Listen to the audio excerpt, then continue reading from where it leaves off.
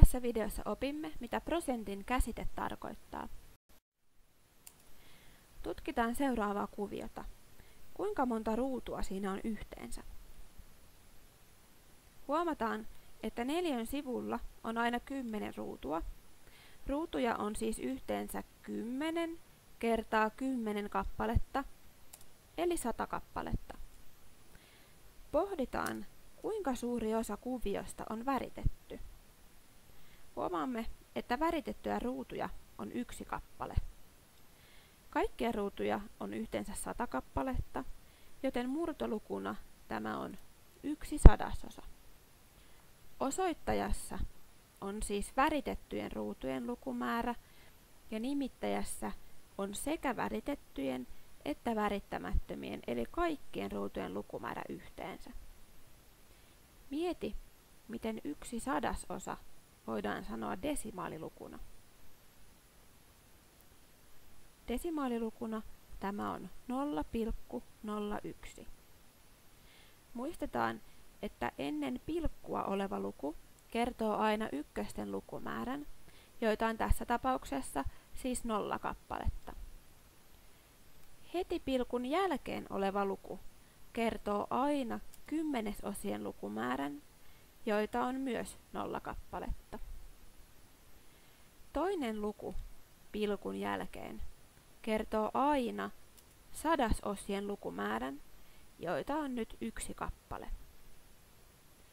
Murtoluvut ja desimaaliluvut ovat ennestään tuttuja.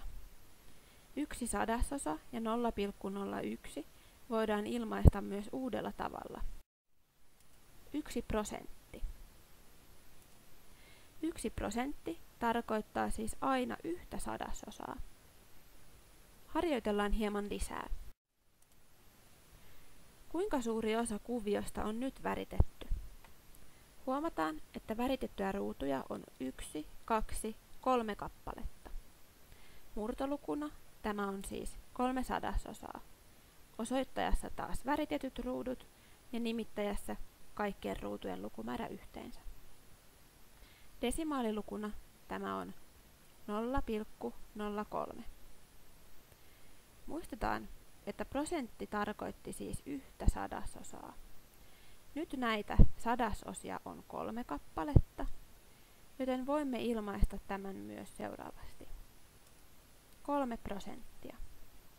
Kuviosta on siis väritetty 3%.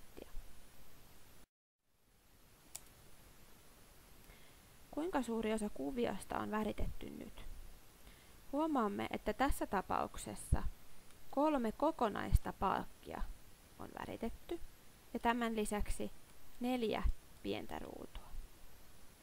Yhteensä ruutuja on väritetty siis 34 kappaletta, joka on murtolukuna 3/34. Mieti, miten tämä voidaan sanoa desimaalilukuna. Desimaalilukuna tämä on 0,34. Ykkösiä on edelleen 0 kappaletta, mutta nyt kymmenesosia on 3 kappaletta. Kymmenesosia edustaa siis nämä 3 kokonaista pylvästä. Sadasosia on 4 kappaletta, eli nämä 4 pientä ruutua. 0,34 voidaan sanoa myös prosentteina. Prosentteina se on 34%. Ruudukosta on siis väritetty 34%.